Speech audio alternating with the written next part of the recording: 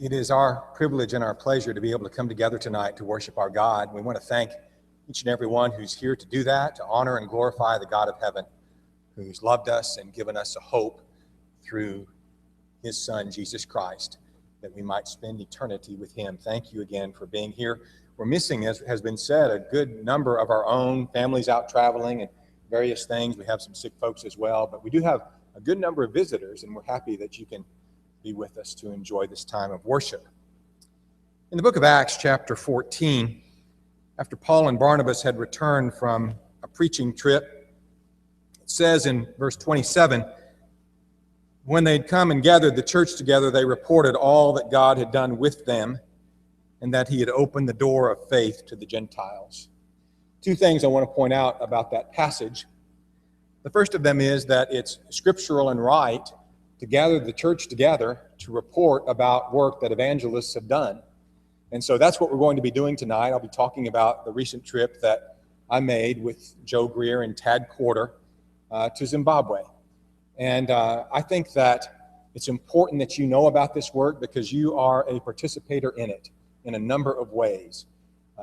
It is your generosity in giving here to work at Eastside and in giving funds to me as individuals, many of you, that enabled this work to be done. You are a complete partner in everything that was done.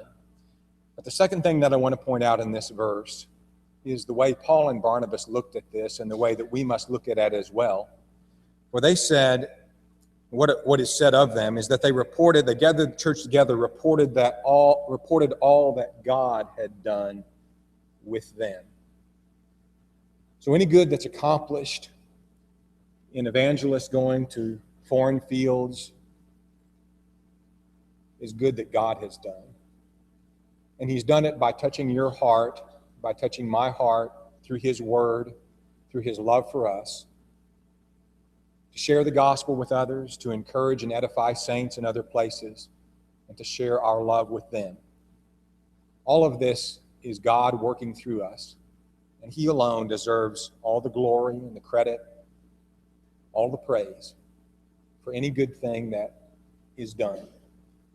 And I want you tonight, before you go to bed, when you say your prayers, to thank the God of heaven who's given you the opportunity to love your brothers and sisters in Christ, both here and in a land that's far away. So here's the teaching and evangelizing trip to Zimbabwe. Zimbabwe, as most all of us know, is in the southern part of Africa, in the southern hemisphere. It covers a land area of about 150,000 square miles. This is my fourth trip to Africa and my third to Zimbabwe. As many of you know, you've helped me with the last 3 trips I've taken over there. But Zimbabwe is roughly the size, if you put Tennessee, Alabama, and Georgia together, that's about the land area of Zimbabwe. It has about 15 million people in it, so it's not crowded, but it's not exactly densely, it's not neither densely populated nor sparsely populated. There are plenty of folks there. There are a lot of Christians in Zimbabwe. In fact, the church was planted there, at least in anything like modern history, about 100 years ago. Foy Short went over there a few decades ago, and Foy was actually sent from the Eastside Church of Christ. That's where he was when he went over to southern Africa. And he made trips and reports back here over the years and did a lot of work establishing churches now that I visited in the last couple of weeks. Some of the brethren that I had contact with, some of the old men, remember Foy well and the work that he did. And so there are a lot of Christians in Zimbabwe. There are, my estimation would be, hundreds of sound churches in Zimbabwe, some of them quite small. The issues in Zimbabwe, as we'll see in the report tonight, have to do, number one, with the need to grow and be taught further and more deeply regarding God's will. Their opportunities to study deeply at the feet of men who really know the scriptures are very limited. There are a lot of these churches that are out in the bush. People lack things like Bible or even Bibles or the ability to read Bibles sometimes. And the men who are working there are good-hearted. They know the basics, but their knowledge of really deep things and hard to understand doctrines is not always all that great. There are a few men in Zimbabwe, some of the native preachers, who are very well versed and very mature in the Lord, but that's not the norm. The norm is that the preachers who are there need further teaching and training themselves in what we would consider to be very fundamental things. And so our view, my view at least, in going over there, and the preachers that went with me, Tad and Joe, our view is not ourselves to go out and shake the bushes, so to speak, and try to evangelize all of the lost. There are many good men there who are capable of that. Our goal primarily is to train those men, to get them deeper into the Word of God, understanding some, again, very fundamental things, but things that are important in their work. And we feel like if we can get the message to good men, they can take it out to the bush, and they can take it out into the rural areas, and they can do the evangelizing. But we need to solidify them, to edify them, to build them up in the faith, to enable them to do the work that lays before them in Zimbabwe. So our goal really most of the time is to train the preachers, to develop the preachers, and then they can do the work in their native tongues. On our flight over, you have to, in flying to Zimbabwe, at least the way we go, we fly nonstop from Atlanta to Johannesburg. We got into Johannesburg Tuesday evening, July 14th. And we had the opportunity, our flight got in a little bit early. We got into the lodge there a little bit early. We had the opportunity to get a cab and go over and visit with Alan Fox. Now, many of you may know who Alan Fox is, many may not. This picture was taken of he and his wife Sylvia last year. But Alan is a stalwart preacher in South Africa. His work has just been marvelous that he's done in the area of Johannesburg over the years. Johannesburg is a huge city. It's the biggest landlocked city in the world. It is I don't know the population, but it's a huge city.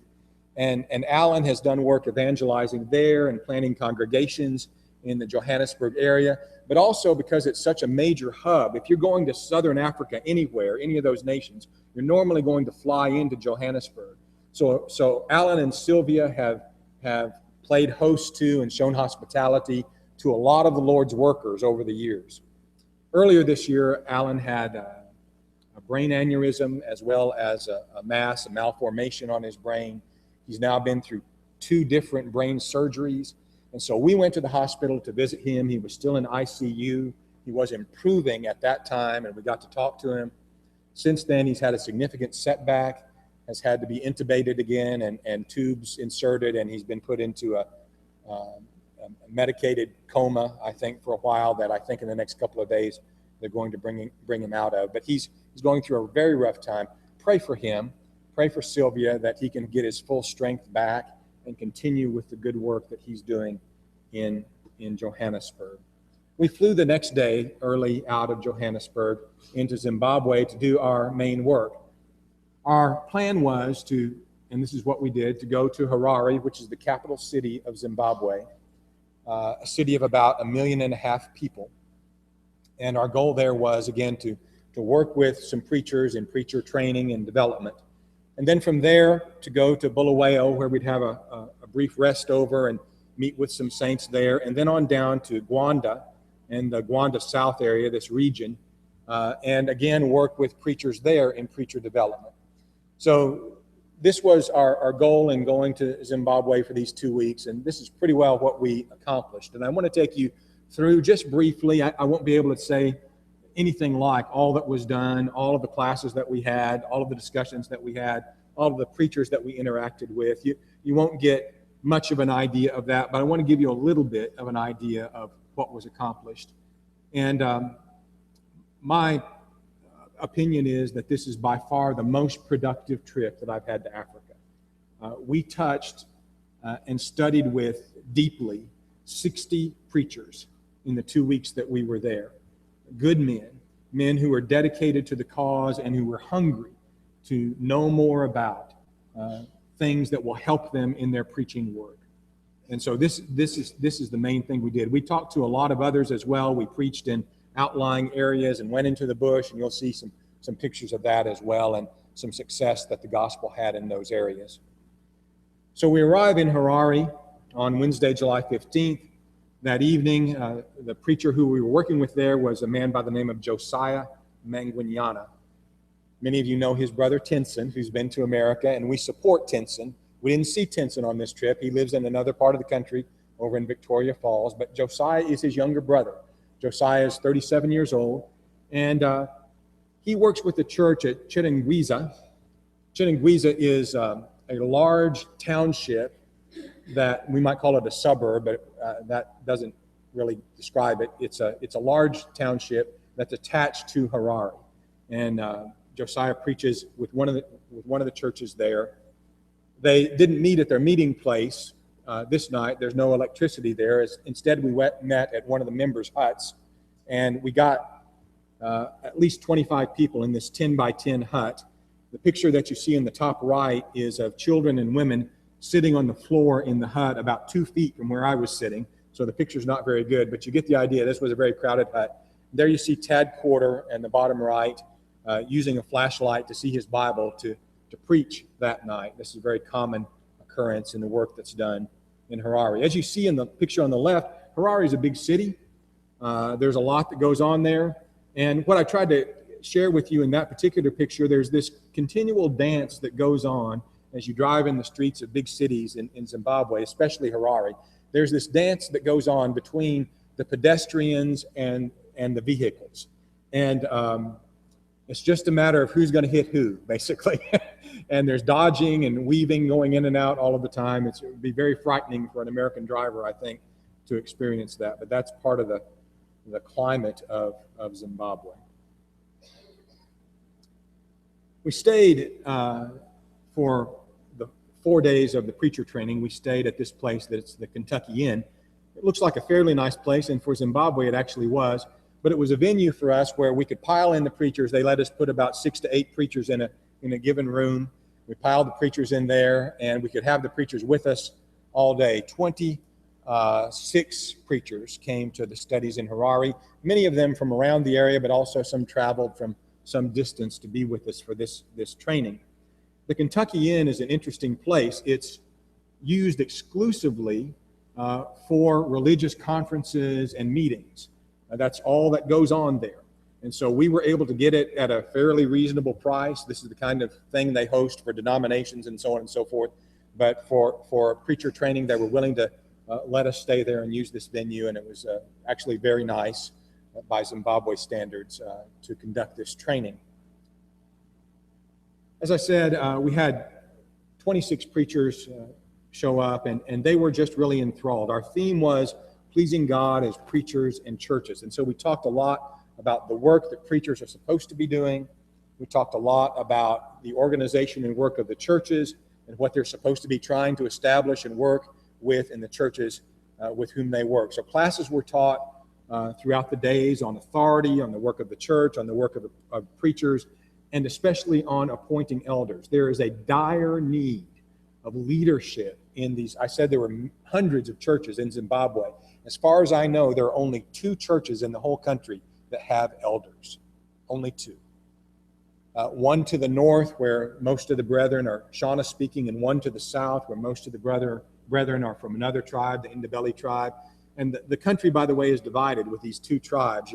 The northern tribe is kind of the ruling class. The southern tribe it's almost like America, you got the Yankees and the Southerners. And it's almost that kind of a distinction in Zimbabwe, if not even stronger. But so we were with the northern preachers, the Shona speakers, for this first week, and then with the southern preachers, who they speak a whole different language, literally. But anyway, we're working to help them learn what appointing elders was all about, and how to develop elders, and the need for that in these churches, and working on developing young men and young families to become leaders. And there's such a dire need for that in these churches. This teaching was very well received. I think we got to the point where preachers were understanding that this is something they needed to be working on with the churches. The preachers can't run the churches. And that's what the Zimbabwe preachers need to understand, that they're not pastors. And this concept to them that they're not in charge is sort of almost news to them, that there's a biblical way for decisions to be made and leadership to be had in the local churches. And this was something we really tried to emphasize in our teaching. The teaching was very well received. You see in this picture Josiah, who was organized all of this for us and worked with us in accomplishing it. He's in the foreground here, truly enjoying a lesson probably that was being taught by Joe Greer at this time. Here I am teaching a class. What we did, sometimes we'd have all of them together, other times we'd split them up, and Tad Corder, who's a younger preacher, he did well at taking some of the younger preachers, relating to them, talking to them about areas they need to develop in, and so that would be separate. All of the classes in Harare were done in English. All of these preachers were able to speak English well enough that we could teach in English without the need of an interpreter. That was very, very helpful. Most all of them, though, were men who were Shona speakers. And as I said, they were just so attentive to the lessons. Here's a kind of a group shot of most of the guys. Another thing you'll just notice about these men, they tend to be, the Shona preachers tend to be men who, what they call, they see the need for a preacher to look sharp. So many of them are wearing ties and jackets. It looks like they may, be rich guys, but these ties and jackets are not, what you'd go down to a mall in America and buy. They're well worn, but they believe that the preachers should dress nice and look sharp in this area. I don't know where they picked that up, but this is something that a lot of them do. I will say that in this area of the country, the institutional brethren have had a big effect. There's a preaching school that's run by the institutional brethren down in a town called Mutare, which is a couple hours drive from Harare. And some of these preachers came out of that and received their early training at the Mutare School of Preaching. And some of them have come out of institutionalism. And but these are all good men with a lot to offer in service to the Lord. This is again Josiah Manguignana, and again working with the church at Chinanguiza.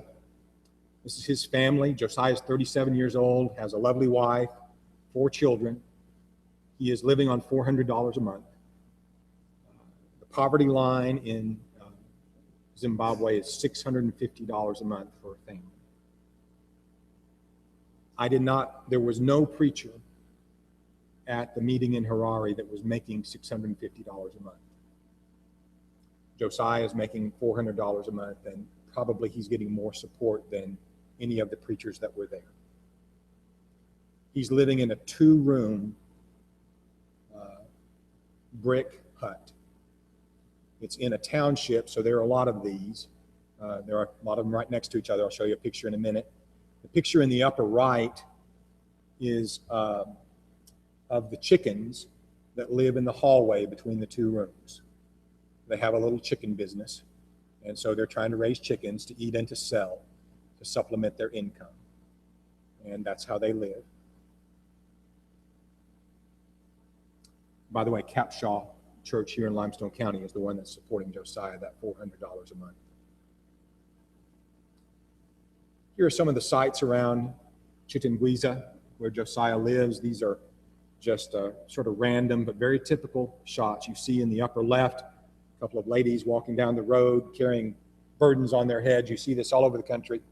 I never see any men doing that, but if they go to buy something or they carry burdens anywhere, they put those things on their head. They don't even usually need a hand to balance it, and they often carry as much as 50 pounds on their head, walking for miles at a time, going from place to place. You see them all over the countryside doing that. In the upper right-hand corner, that's a typical vendor spot where people will, make things or things they've grown or whatever, and they'll buy and sell and trade in those vending areas. And that's very typical for a town area where people are trying to make a little money to support their families and try to buy things to get for their families, and that's how that goes on.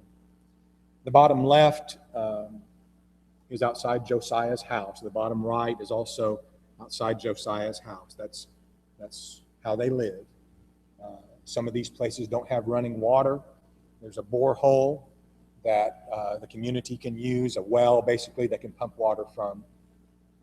And this is commonly how everybody lives over there, at least among the average natives. Many of our brethren are living like this or below this level of existence.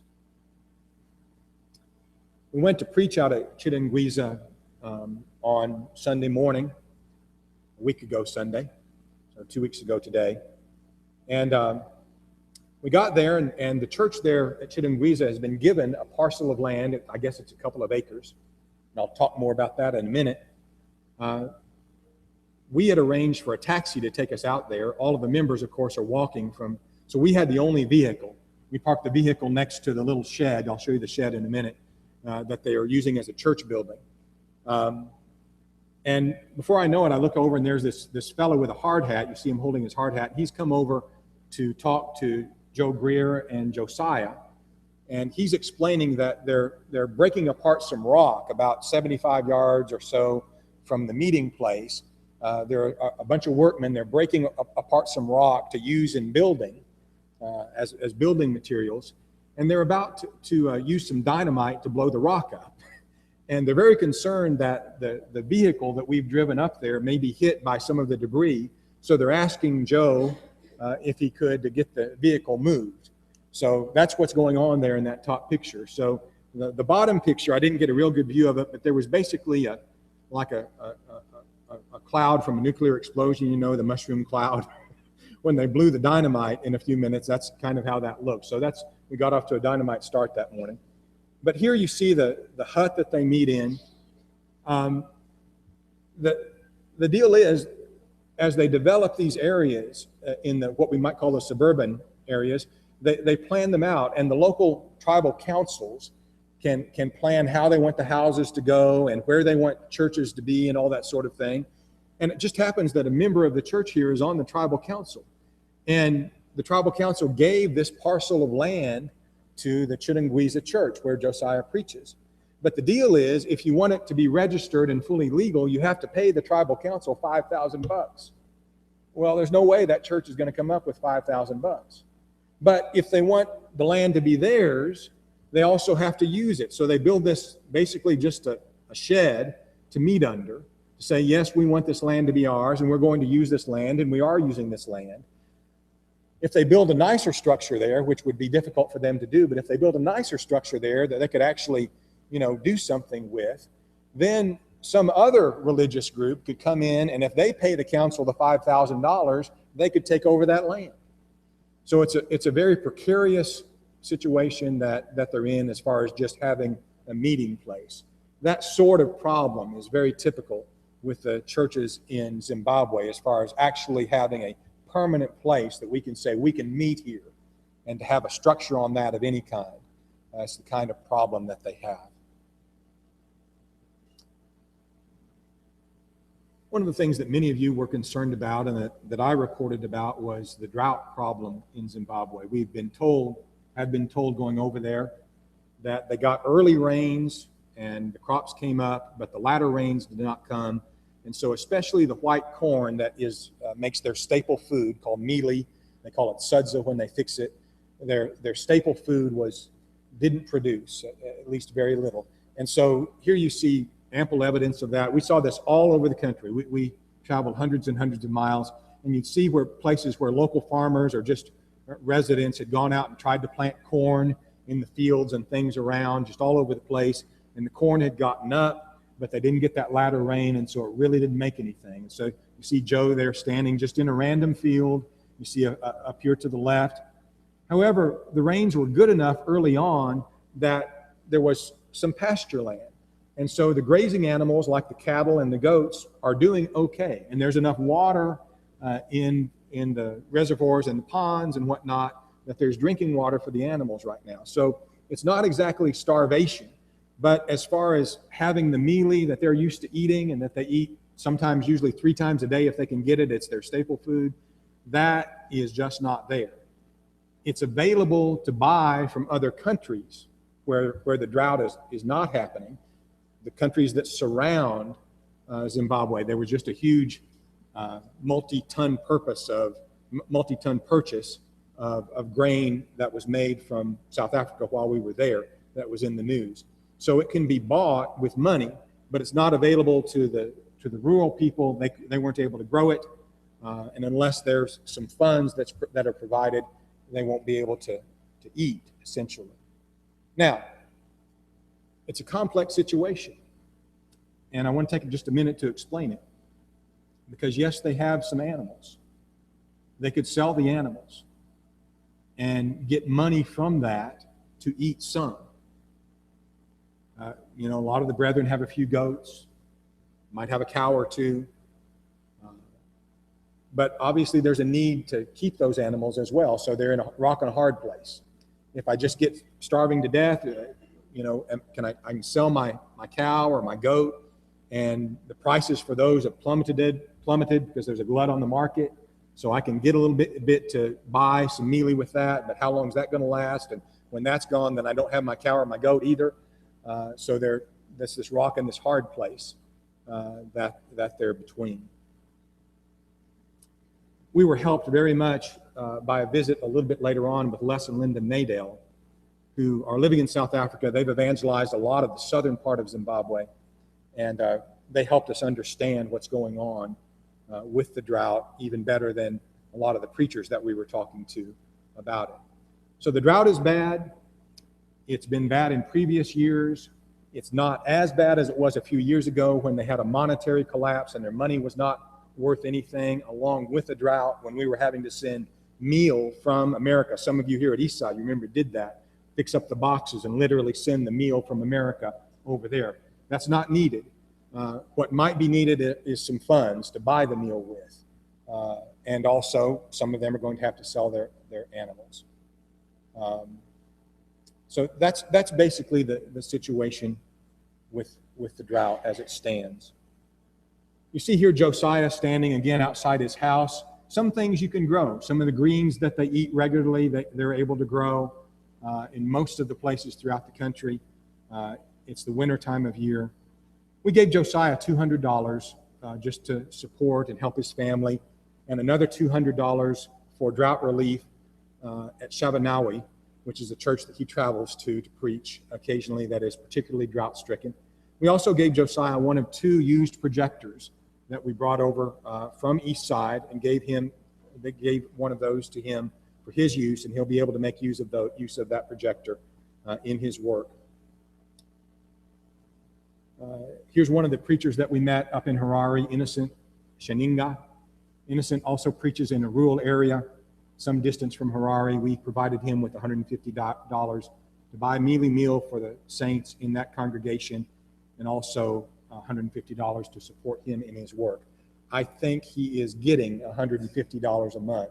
Is all of the support that he gets. Of course, these men, if that's all the support they get, they have to make things or go do odd jobs, and that's what they do to try to make ends meet, so they can have enough to feed their families.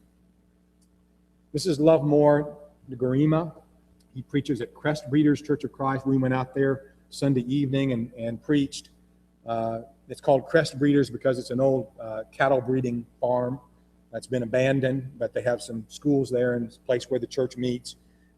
We provided $100 to Lovemore for drought relief. Joe Greer also gave Lovemore $100 to help with the drought relief there. I need to hurry on. I haven't realized how much time I'm taking, and I'm sorry about that. I'll try to hurry on. There are a couple of areas in Zimbabwe which we did not go to, but there are preachers that we dealt with and talked to extensively who are traveling to Kariba and Binga. These are some of the hardest hit areas by the drought, and it's some of the most remote areas of Zimbabwe. Some of these churches you cannot get to by vehicle at all. You have to go to some extent by vehicle and then walk for miles and miles. These are remote areas. Churches have been planted there. Preachers are traveling from places like Harare and Wangi and other places up to these areas to keep the churches going, to teach the brethren there. There are no full-time preachers in these areas that are working. The saints are in very bad shape. These are some of the most impoverished areas in all of Zimbabwe. And I show you these areas to tell you that there were men that we met, like Julius Tiana, who was probably the most impressive preacher that I met in the north, very sound in the faith, one of the most mature men. He's about 47 years old, really has shall we say, his act together.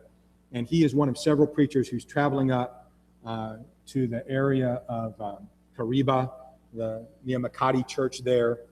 I gave Julius $380 from you for the saints and 2 congregations that he works with there to buy mealie with, and also $180. That will make him 3 trips with another preacher. They can take 3 trips up there and back, $60 a piece for each trip to take meal and to check on those churches and to encourage those brethren. Another young man that was at our meeting in Harare is Julius Tiana, who I just mentioned. I just mentioned Julius. Peter Madunda and others also go up here, but Jabu Tizola is the man I'm thinking of here. He travels to work with Christians in this same area at the Nehemiah church. I gave Jabu 100 or 500 ibuprofen tablets, which some of you had provided me, and this is like gold, because in Nehemiah, if they get sick and they want a doctor, they have to walk a day to get to a doctor while they're sick. And so just to have money to alleviate, or pills, I should say, to alleviate a fever is huge to them. So Jabu is actually trained as a nurse. He's a registered nurse. He's not working, but I figured he could, provide instructions for giving out the medicine and all that sort of thing. And he's going up there to those churches as well. And I gave him the tablets to do that. Jabu just sent me this picture yesterday of the saints at Nehemiah. And you see, if you look closely at that, typical folks from the bush, you'll notice that several of the children, if you can see their feet, do not have shoes. And that's, again, very, very typical of children out in the bush. Well, we went from Harare down to Bulawayo. I traveled there on Monday, July 13th. We preached that night in the English-speaking church. I think one of only 2 churches in all of Zimbabwe where all of the services are in English.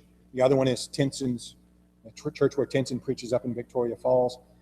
So we were happy to hear a service in English and not have to have a translator, and Tad and I both preached. Joe was sick that night, but we worked with the Hillside Church that evening, and then went on the next day from Bulawayo down to Gwanda for another session of preacher training, this time with the Indabelli Brethren of the South. And we had 34 preachers show up for the training there. On the way down, we visited with Newman Gumpo, who's just a stalwart in the faith. He's done a lot to preach and teach and plant churches throughout Zimbabwe. He worked extensively with Foy Short, later with Patty Kindleball in establishing churches. Newman is a rock in the work, and especially the mid-southern area of Zimbabwe. You'll see his truck there. He'd gone out into the bush and torn up 2 tires on his truck in a very rough area out in the rural areas. And so he was not able to do the work he needed to be doing, and was worried about how he was going to get out to do the work that needed to be done just the next week. So I provided him with $200 from you to get a tire on that truck so he could go out and do his work in the weeks that follow. He goes to a lot of different churches, seeing to their needs and doing preaching and carrying preachers around. So we felt like that was money that was well spent. Patty Kindleball joined us, by the way, in Bulawayo, and you see his picture there with Joe. So we're going with him now down to Gwanda. We settle in at Gwanda. This is the Gwanda Hotel where we stayed. This is the 2nd floor where I stayed. You see the tin roof, and this is right downtown. Across the way, what you're looking at there are taxis. And you have people walking from great distances to go to this place where all these taxis gather. And this is the main road from Bulawayo down south to South Africa. And so a lot of traffic, a lot of people in and out of here all of the time. A little bit scary, frankly, with the great crowd of people coming in and out, stirring around the hotel all the time. But this is where we stayed for several days that we were in Gwanda, 6 days. We started the preaching there, and again, our theme was the same as it was to the north. Pleasing God as preachers in churches. Thursday and Friday, we had 3 sessions in the morning, 3 sessions in the afternoon, and then after supper, we'd come back for a question and answer session. Again, focused a lot on appointing elders. This was new information to some of these preachers, and they had not been working to do that like they should, but they received this instruction very, very well. And I think many of them will get to work developing men who can be appointed as elders in future years. Here you see again the classes going on. Tad working with the translator. Here in Gwanda, we had to work with the translator for most of the training sessions. Most of these men spoke Ndebele. Very few of them were very fluent in English. So a lot of the work was done through translators. There you see Tad in the top right speaking to some young men using a translator by the name of Liberty. I'm using a translator. His name was Sipo, and David will remember working with Sipo when he was in Zimbabwe a few years ago with me. And there's Joe using the translator. Short Mpande is translating for Joe there. Short is a marvelous worker in the vineyard in Zimbabwe as well. So 34 preachers attended these classes, and as I said, an interpreter was needed for most of the sessions. We rented a hall there to have these sessions. It was about 100 yards from Big Boy's house. Big Boy Dube is the local preacher in Gwanda. He is, again, one of those top-notch, one of the really good guys in Zimbabwe, very capable. He worked to arrange the classes, facilitate our efforts in Gwanda. His wife, Eurus, is holding their 4-month-old baby girl, Anele. Now, just a quick aside here, Big Boy is 53 years old. Eurus is 43 years old. They have 3 grown children, and they have now a 4-month-old baby that Eurus, has just had. And Anele in Ndebele means enough. So they name their children with significance in Zimbabwe. Big Boy and Eurus were wonderful host and hostess, and so showed so much hospitality to us. And all of the preachers ate there for every meal. We bought the food for them, but Eurus and her daughters cooked it. Eurus and her daughters washed our clothes for us. We hadn't had clothes washed in 9 days. And they washed the clothes by boiling lye and dipping our clothes in the lye and then hanging them on the line. So that's how they wash the clothes. That's the washing machine in Zimbabwe. Here you see them fixing the sudza in the open fire. Here you see some of the preachers eating there, and us inside the house eating and talking with Big Boy and Short there. And this at the bottom left, that's Big Boy's house. That's where all of this occurred. And Big Boy is doing very well. He's one of the better supported preachers over there, but he does a lot, and he needs good support. He has a vehicle. He carries meal out to the rural churches, and the saints, and all of that, and he keeps in touch with literally dozens of churches in this Gwanda South area.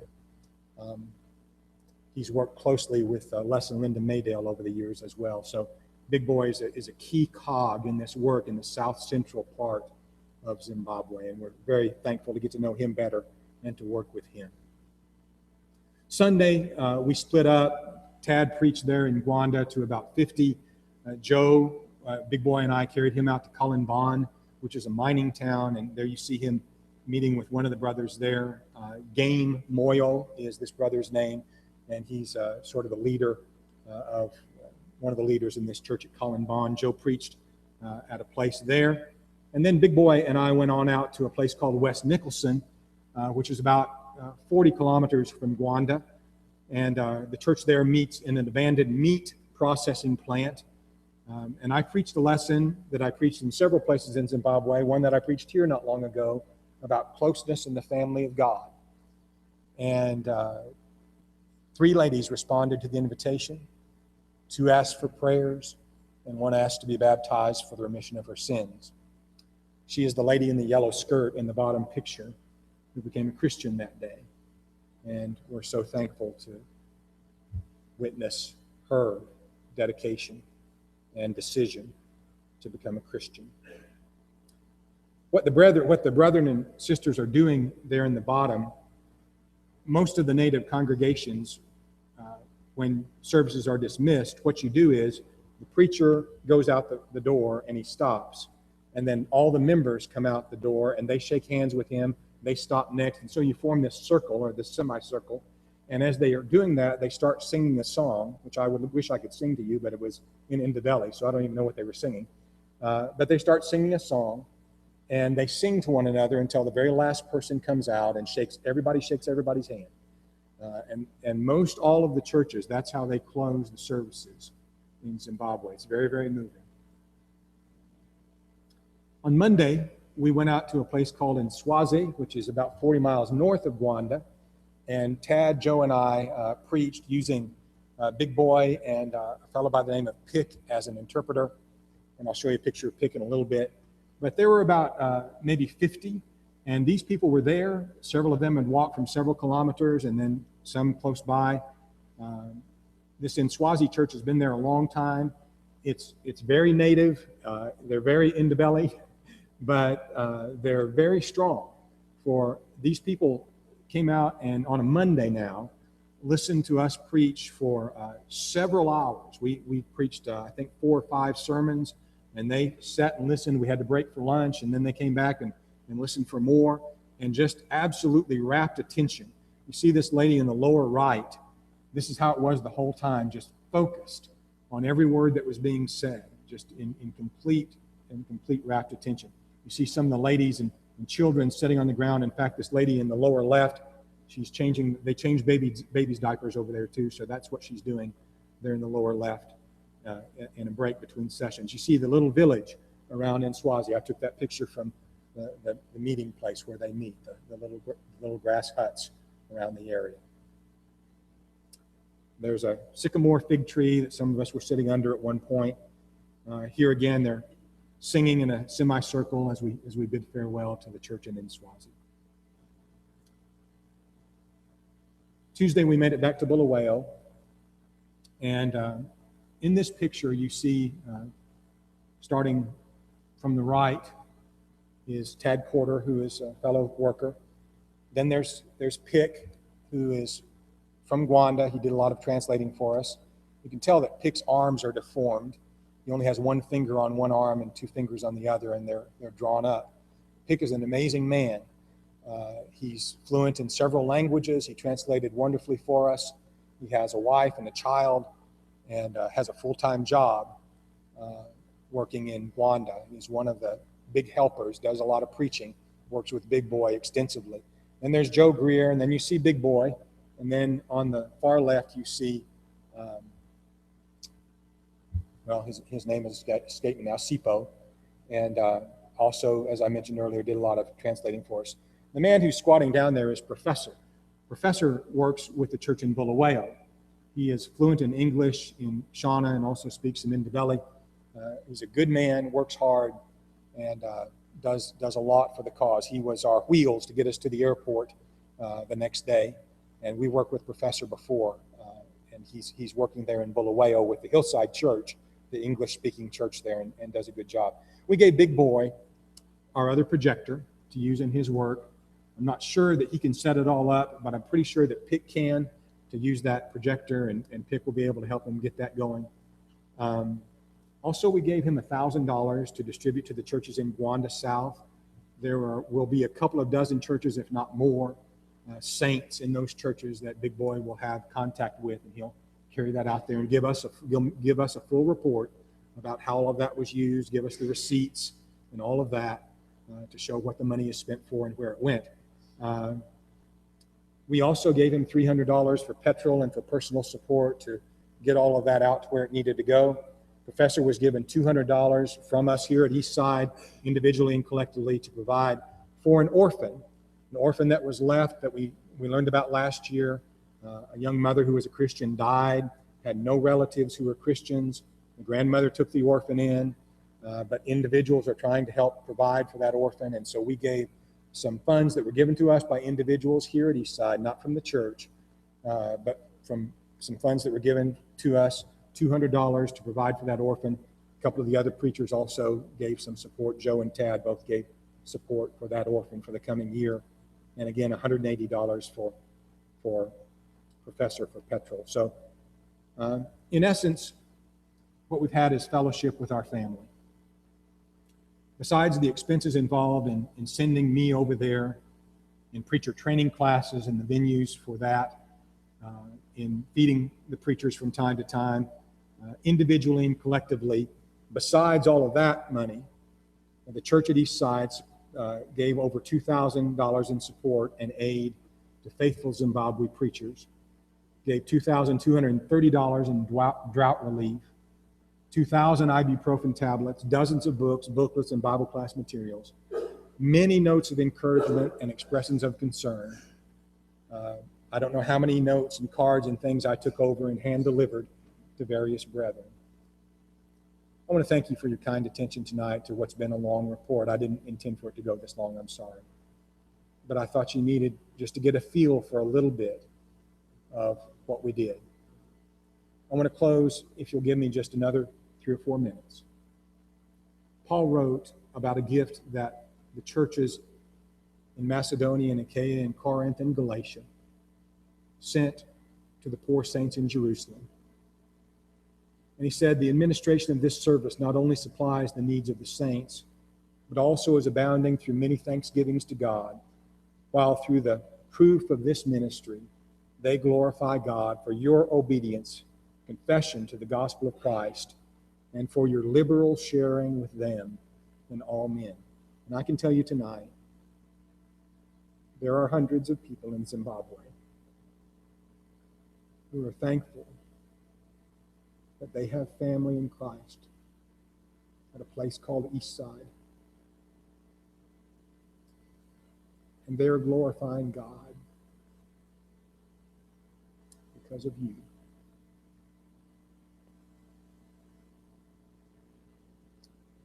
Loving our family to the glory of God. In 4 different places where I was in Zimbabwe, I preached in churches. And among the many notes and letters that you sent with me, there was one that I shared in 4 different places and read part of it publicly. It was written by a sister here, and I will not name her. She wouldn't want you to know who she is. But I want to read a paragraph. What a comfort to know that no matter how scattered on this earth we may be, our Father knows where we are and will gather us to receive the crown of life that He has promised to those who persevere. I hope to meet you there.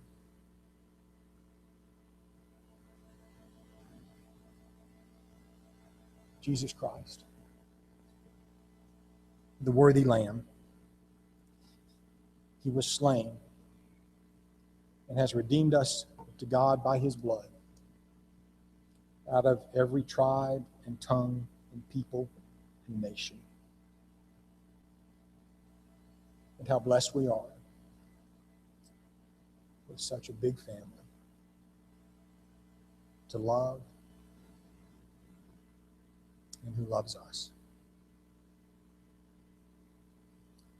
Tonight, if you're not a part of that family, you're missing the greatest experience on earth. We're going to sing a song of invitation. Would you like to join the family? Name the name of Jesus. Be obedient to the Father. Turn away from sin.